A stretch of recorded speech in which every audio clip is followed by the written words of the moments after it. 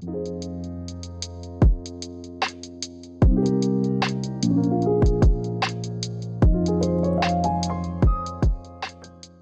everybody, welcome back to The Pressing Matters. I'm Scott. Thank you for tuning in today. Thank you for your support. Today I'm going to be talking about an iconic release, Billie Holiday, Lady in Satin. I'm going to be comparing a couple of pressings that I have to the new Analogue Productions 45 release, and discussing some of the sonic qualities of this album as well as the artistic qualities of this album. Before I start, I wanted to mention I'm having a bit of a fundraising effort to purchase some new equipment for the channel. There's a link below called Buy Me a Coffee, and it's a service where creators can fundraise for different reasons. So my editor is moving on to other things, and I need to take over the editing, and I need a better laptop basically. So mine is not able to handle 4K video. So there is a link below if you'd like to help out and contribute a few dollars. Anything helps, and I really would appreciate it. So let's get to Lady in Satin. I have had this record since Classic Records released it in 1999, I believe it was, or 98. I had had a few Billie Holiday records before, but this one was one of the first audiophile editions of a record by Billie Holiday that I had ever gotten. And I got the 33, the 45, and, well, they're behind here. This is the 33, the 45 from Classic, and now we have the new one. When this was advertised, I looked through the promotional blurb for it, and I hadn't really heard much about the release before that. It said it was mastered by Bernie Grundman from the original master tapes. Part of me assumed it would be from the Classic Records parts. Half of me hoped that it would be a new mastering from the tape. I know that's pretty much impossible with Columbia Recordings. They're owned by Sony. Sony does not let out the tapes unless under very special circumstances. Bernie Grundman or Ryan Smith could possibly get the tapes for this, but they chose to use the plates from Classic. And I double-checked the dead wax when this arrived, and the dead wax inscriptions match the original 45 from Classic Records. So this was released in 1958. Billie had moved from Verve to Columbia, and it's her last album that she did while she was alive. So it was released after her death. And by that time, we all knew the tragic story of her life.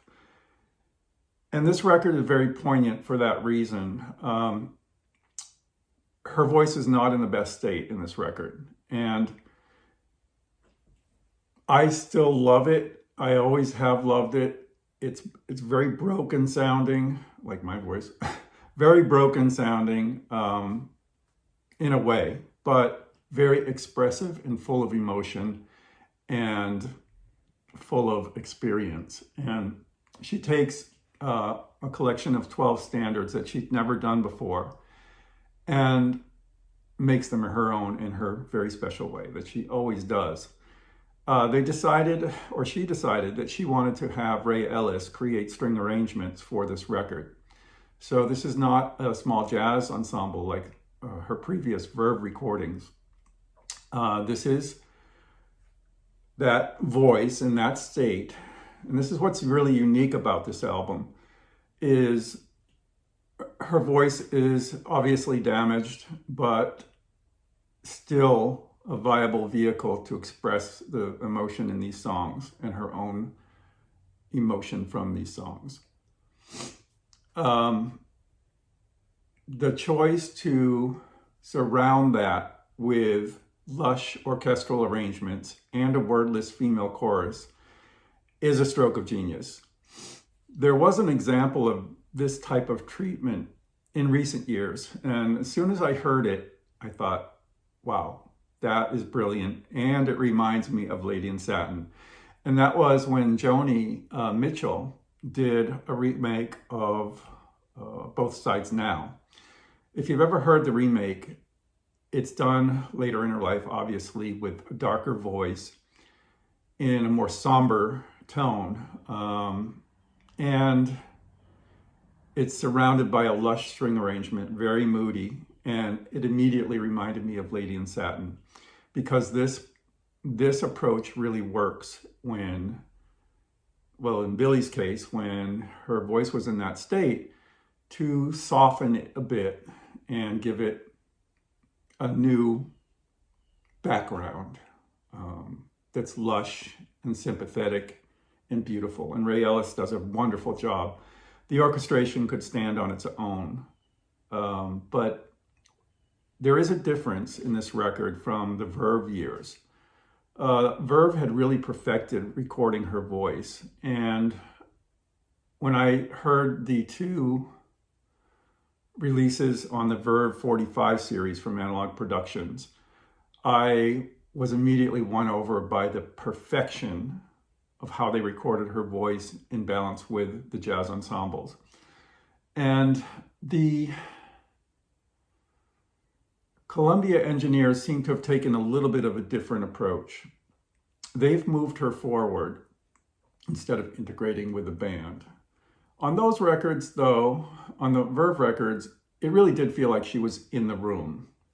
On this record, her voice is forward, and it seems like I'm not sure, 100% sure, but it seems like the Columbia engineers used a microphone that had a rising top end. So not only is it forward, and not only is it rather rough, her voice is in a rather rough shape, it's also got a little bit of a rising top end.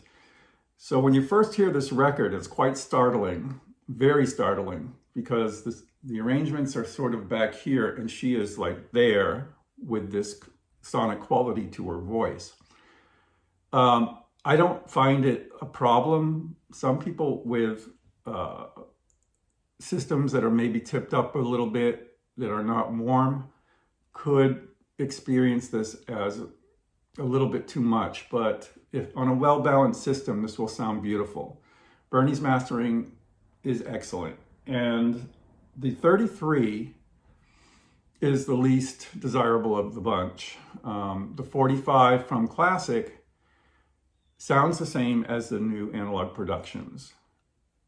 The Analogue Productions has the benefit of slightly quieter vinyl than RTI was putting out at that time, and also the benefit of having a 2-record set rather than 4 separate single-sided discs.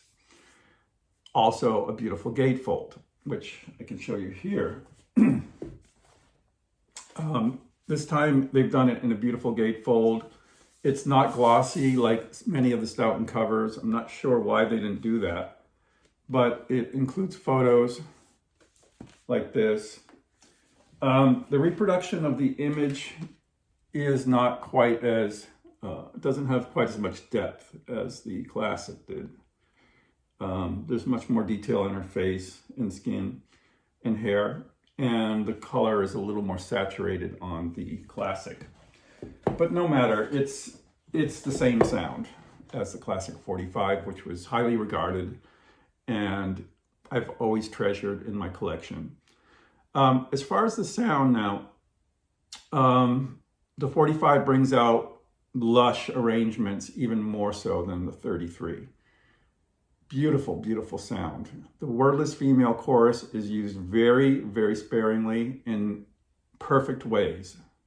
Just kind of almost like an instrument, and just comes in at certain points. Basically, they're just saying, ooh, ooh. And it's not tacky, it's just beautifully implemented, and I love it. I love it. It's a gorgeous, gorgeous album. As far as the top end on the vocal, I did play around, just for curiosity, I did play around with my settings on my mod right, because now I can change loading on the fly. And I moved it back to 100 rather than 470, which is the choice closest to what is recommended for the Hanet SL. So moving it back to 100 was very interesting because it did take the edge off the top of the vocal, and it didn't seem to affect the rest of the sound in a negative way. So if you have that option, it's something to think about and experiment with. I love that I can do it on the fly like a tone control, but I don't use it as a tone control. But in certain instances, like this one, it can be an advantage to enjoying a record even more. I personally like it closer to where it's supposed to be, which is 470. So it's a little bit above where it's supposed to be. I don't have a 400 setting on the mod right, but it's close enough, and everything snaps into focus, and it's very, very good. I can highly recommend the release. I would suggest checking it out to make sure you like this era of Billie Holiday before you purchase the record, but it's a winner. It sounds great. It's in a more concise format, and just a joy to listen to. Joy and heartbreak. You know, the songs, she had never done these songs before, which was surprising to me. I'm a Fool for You, For Heaven's Sake, You Don't Know What Love Is, I Get Along Without You Very Well, For All We Know, Violets for Your Furs, You've Changed, It's Easy to Remember, But Beautiful, Glad to Be Unhappy, and I'll Be Around. And she injects all these songs with that personal touch, that phrasing that just melts your heart and pulls at your heartstrings. It's a very effective record.